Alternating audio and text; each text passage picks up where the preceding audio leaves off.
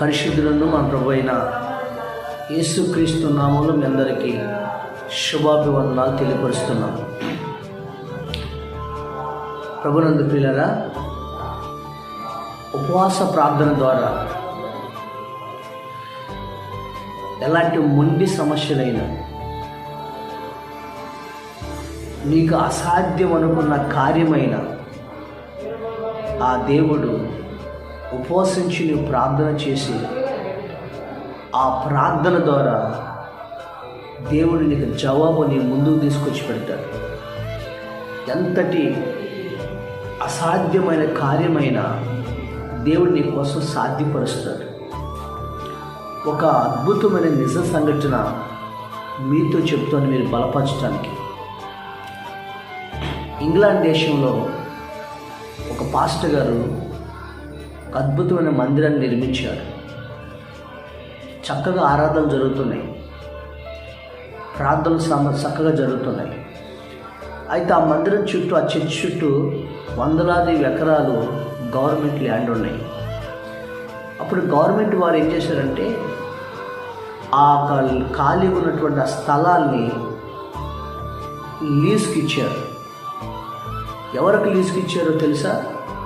Brandy shop ఓనర్కి లీజ్కి ఇచ్చారు. మనకు తెలిసిందే కదా. ఆ బ్రాందీ షాప్ ఓనర్ ఏం చేశారంటే, ఆ స్థలంలో ఆల్కహాల్ తయారు చేసే ఫ్యాక్టరీ నిర్మించారు. అది మందిరానికి వచ్చిన వారికి, ఆ సంఘంలో ప్రార్థన చేస్తున్నటువంటి వారందరికీ చాలా ఇబ్బందిగా మారిపోయింది. తెలుసు కదా, బ్రాందీ షాపులు అంటే ఎంత త్రాగులు తాగుతూ వచ్చినప్పుడు చాలామంది కామెంట్ చేస్తూ ఎన్నో అఘాయిత్యాలు జరుగుతున్నటువంటి సంగతులు కూడా మనం చూస్తున్నాం. చాలా డిస్టర్బ్గా ఉంది. వారు ఆ చర్చి వారు ఏం చేశారంటే, ఆ కమిటీ వారు గవర్నమెంట్కి ఎన్నో లెటర్లు రాశారు. సార్, మాకు ఇక్కడ మేము చాలా డిస్టర్బ్ అవుతుంది అనే లెటర్స్ రాసిన ఏం ప్రయోజనం లేకుండా పోయింది. అయితే వాళ్ళు ఏం చేశారంటే, ఆ సంఘం అంతా కూడి 21 రోజులు ఉపవాస ప్రార్థన ప్రకటించారు. 21 days ఫాస్టింగ్ ప్రేయర్ కండక్ట్ చేశారు. ప్రభా, ఈ బ్రాందీ షాప్ వల్ల, ఈ ఆల్కహాల్ తయారు చేసే ఫ్యాక్టరీ వల్ల మేము చాలా ఇబ్బందులు ఎదుర్కొంటున్నాం. మీరు కనికరించండి, మీరు అద్భుతం జరిగించండి అని కన్నీటితో ఉపవాస ప్రార్థన చేశారు. 21వ రోజున ఆకాశము మెగాకృతమైంది. అద్భుతమైన ఉరుములు మెరుపులతో కూడినటువంటి వర్షం పడింది. ఆ ఉరుములతో, ఆ మెరుపులతో పిడుగులు పడి ఆల్కహాల్ తయారు చేసే ఫ్యాక్టరీ కాలిపోయింది, మొత్తం కాలిపోయింది. ఆ విషయాన్ని యజమానుడు తెలుసుకున్నాడు. అసలు ఎందుకు ఇలా జరిగింది అని మొత్తం కూడా ఎంక్వైరీ చేస్తే, ఈ పక్కనున్న చర్చి వారు వాళ్ళ దేవునికి 21 రోజులు ఉపవాసం ఉండి ప్రార్థన చేశారు. వాళ్ళ దేవుడే ఈ కార్యం జరిగించాడు అని చెప్పారు. అప్పుడు ఆ బ్రాందీ షాప్ ఓనరు కోర్టుకి కేసు వేశారు వీళ్ళ మీద. ఆ కోర్టుకి వెళ్ళినప్పుడు వాళ్ళందరూ అడిగారు, క్రైస్తవులందరూ ప్రార్థించమని అన్నారు. ఏమో మాకు తెలియదు సార్, మేము ప్రార్థించాం కానీ ఇది దేనివల్ల పడిందో మాకు తెలీదు అనుకుని వాళ్ళు దాటేశారు. కానీ బ్రాందీ షాప్ ఓనర్ మాత్రం ఖచ్చితంగా చెప్తున్నాడు, వాళ్ళ దేవుడే నా ఫ్యాక్టరీ మీద పిడుగులు పడి కాలిపోయినట్లుగా చేశాడు, వాళ్ళ దేవుడే ఈ పని చేశాడని ఆ దేవుని నమ్మారు ప్రజలా. కానీ ఒక విషాదకరమైన సంఘటన ఏంటంటే, ఒక నాస్తికుడు దేవుడు చేసిన పనిని నమ్మాడు, వారి ప్రార్థనకి జవాబు ఇచ్చాడు అని నమ్మాడు. కానీ ప్రార్థించినటువంటి ప్రజలు మాత్రం, విశ్వాసులు మాత్రం దేవుని నమ్మలేకపోయారు. ఎంత దురదృష్టమో కదండి. ఈరోజు నీ జీవితంలో కూడా మొండి సమస్యకైనా, ఎలాంటి అసాధ్యమైన కార్యముకైనా నువ్వు ఉపవాసం అంటే ప్రార్థన చేస్తున్నావు, కానీ ఆ దేవుని నువ్వు నమ్మట్లేదు. ఆ దేవుని సన్నిధిలో నీవు దేవుడి మీద నమ్మిక ఉంచట్లేదు. ఈరోజు ఒక విషయం తెలుసా, దేవుని వాక్యం సెలవిస్తుంది. మార్కు సువార్త 9వ అధ్యాయము 23వ వచనంలో చెప్తాడు, అందుకు యేసు, నమ్ముట నీ వలనైతే నమ్మువానికి సమస్తమును సాధ్యమే. రే తల్లి, ఈరోజు తాగుబోతు భర్త చేత బ్రాందీ తాగి వచ్చి కుటుంబంలో అలజడులు సృష్టిస్తూ సమాధానం లేకుండా ఎన్నో భయంకర పరిస్థితులు ఎదుర్కొంటున్నావు. నువ్వు ప్రార్థన చేసి తాగుబోతు భర్త వల్ల, నీ ఇంటి పక్కన త్రాగుబోతుల వల్ల నీ పిల్లలకి నీకు చాలా ఇబ్బంది అయిపోతుంది. అయినా వాళ్ళకి ఎన్నిసార్లు చెప్పినా నీ మాట పట్టించుకోవట్లేదు కదూ. నువ్వు కేసులు కంప్లైంట్ పెట్టినా, సార్ తాగొచ్చి భయంకరంగా అనరాని మాటలు, వినరబోని మాటలు మాట్లాడుతున్నారండి, మాకు చాలా డిస్టర్బ్ అవుతుంది అని మీరు కంప్లైంట్ పెట్టి చెప్పినా వాళ్ళు పట్టించుకోవట్లేదు కదూ. అయితే పట్టించుకునే దేవుడు ఉన్నాడు.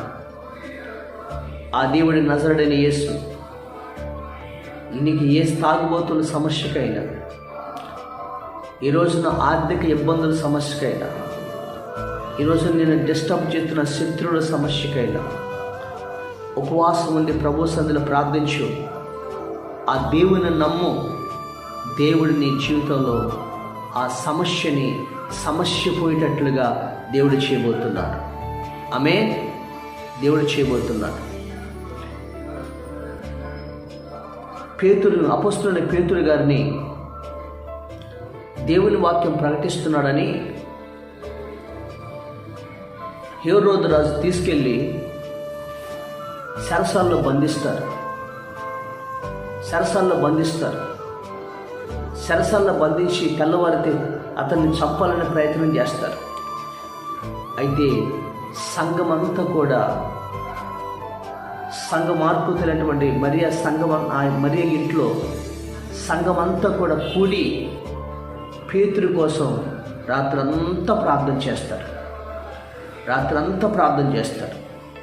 అపొస్తలుల కార్యంలో మాట ఉంటుంది.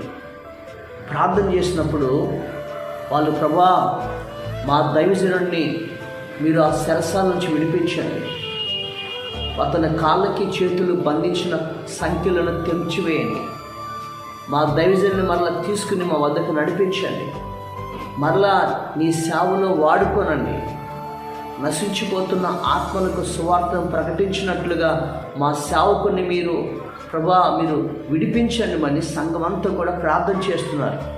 ప్రియమైన సంఘమా, నీ సేవకుడు దేవుని సేవలో వాడబడుతుంటే, ఆత్మల కోసం ఆక్రందన చేస్తుంటే, అనేక సమస్యల చేత అతను కోర్టుల్లోనూ శత్రువులతోనూ ఎన్నో బంధకాల్లో బంధించబడి ఉంటే నువ్వు నిద్రపోతున్నావా? సేవకుడి పట్ల నీకు భారం లేదు, సంఘం పట్ల నీకు భారం ఉండాలి కదా. నీ దైవజనుడి కోసం ప్రార్థన చేయి. నీ ఆత్మను రక్షించి నీ ఆత్మను కావులు కాస్తున్న ఆ సేవకుడి కోసం కూడా నువ్వు ప్రార్థన చేయి. అప్పుడు దేవుడు నీ ఇంటికే ఆశీర్వాదాన్ని తీసుకొచ్చి పెడతాడు. అయితే వాళ్ళందరూ ప్రార్థించినప్పుడు వాళ్ళందరూ సంఘమంతా కూడా ప్రార్థన చేస్తున్నారు. పరలోకం పనిచేయటం ప్రారంభించింది. పరలోకమైనటువంటి దేవుడు పనిచేయటం ప్రారంభించాడు. పరలోకమైనటువంటి దేవదూతలు పనిచేయటం ప్రారంభించారు. పరలోకం నుండి దేవుని దూత పేతురు చెరసాల్లో ఉన్న ఆ చెరసాల్లోనికి దిగొచ్చాడు.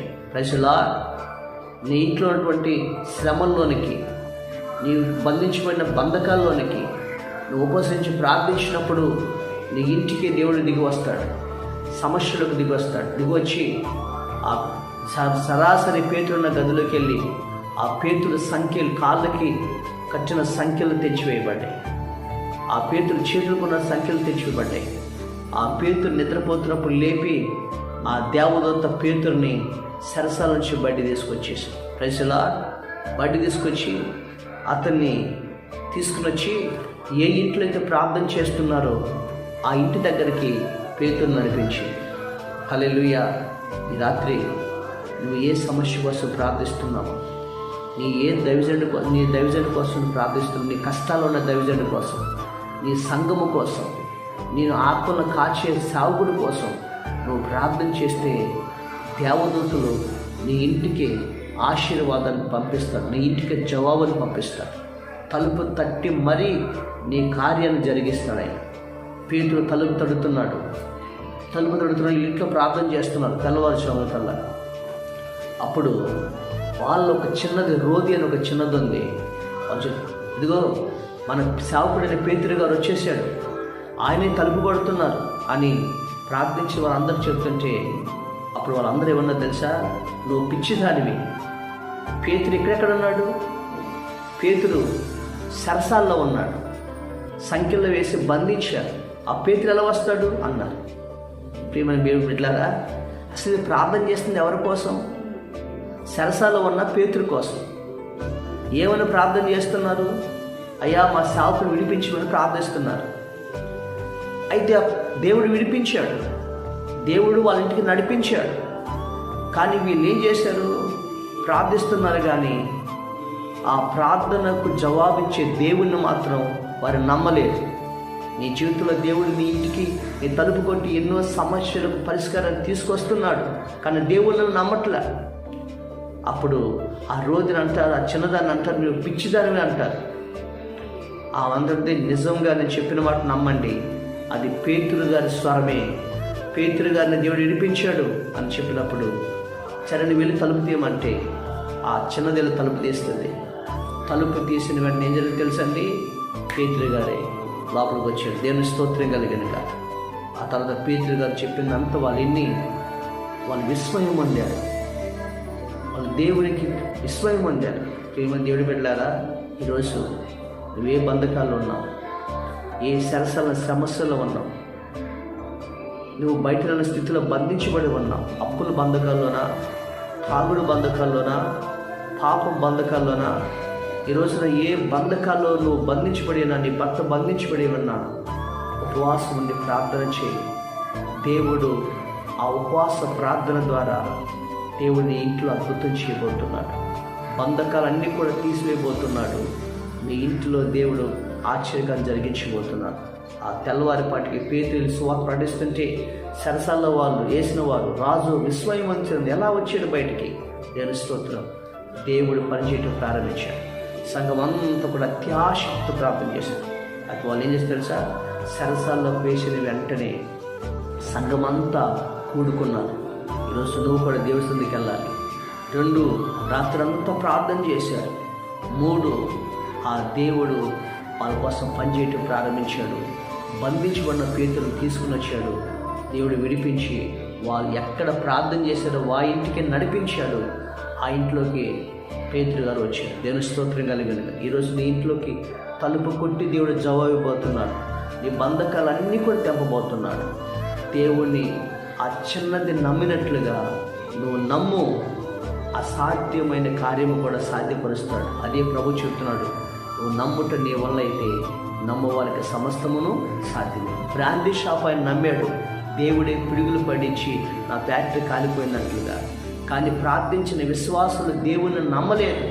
ఈరోజు నువ్వు ప్రార్థించి దేవుని నమ్ము. ఈరోజు నువ్వు ఎదుర్కొంటున్న ప్రతి సమస్యల నుంచి దేవుడు నిన్ను విడుదల చేస్తాడు. నీ సమస్యలు సమస్యపోయినట్లుగా చేస్తాడు. ఇక సమాధానమును, నెమ్మదిని, సంతోషాన్ని, ఆశీర్వాదాన్ని నీకు, నీ కుటుంబానికి దేవుడు అనుగ్రహించునుగాక. ఆమేన్. చిన్న ప్రార్థన చేద్దాం. తండ్రి, ఈ రోజున నీ బిడ్డలు ఏ బంధకాల్లో ఉన్నారు? అప్పుల బంధకాల్లో ఉన్నారు ప్రభు, ఆర్థిక బంధకాలు ఉన్నారు తండ్రి, అలాగే అనారోగ్య బంధకాలు ఉన్నారు, త్రాగుడు బంధకాలు తన భర్తలు ఉన్నారు ప్రభా, పాప బంధకాల్లో తన కుటుంబం ఉన్నారు ప్రభా. ఆ బంధకాల నుంచి మీరు విడిపించండి వాళ్ళని ప్రభా. వాళ్ళ జీవితాల్లో గొప్ప విడుదల దయచేయండి, గొప్ప సమాధానం దయచేయండి, గొప్ప నెమ్మది దయచేయండి ప్రభా. వాళ్ళ జీవితాల్లో తన్ని గొప్ప ఆశీర్వాదం, అద్భుతం జరిగించండి. నమ్మటానికి సహాయం చేయండి. ఈరోజు ఎవరైతే నీ బిడ్డలు నిన్ను నమ్మి ప్రార్థిస్తున్నారో నమ్ము వారికి సమస్తము సాధ్యపరచమని యేసు నామమున అడుగుచున్నాము తండ్రి. ఆమేన్.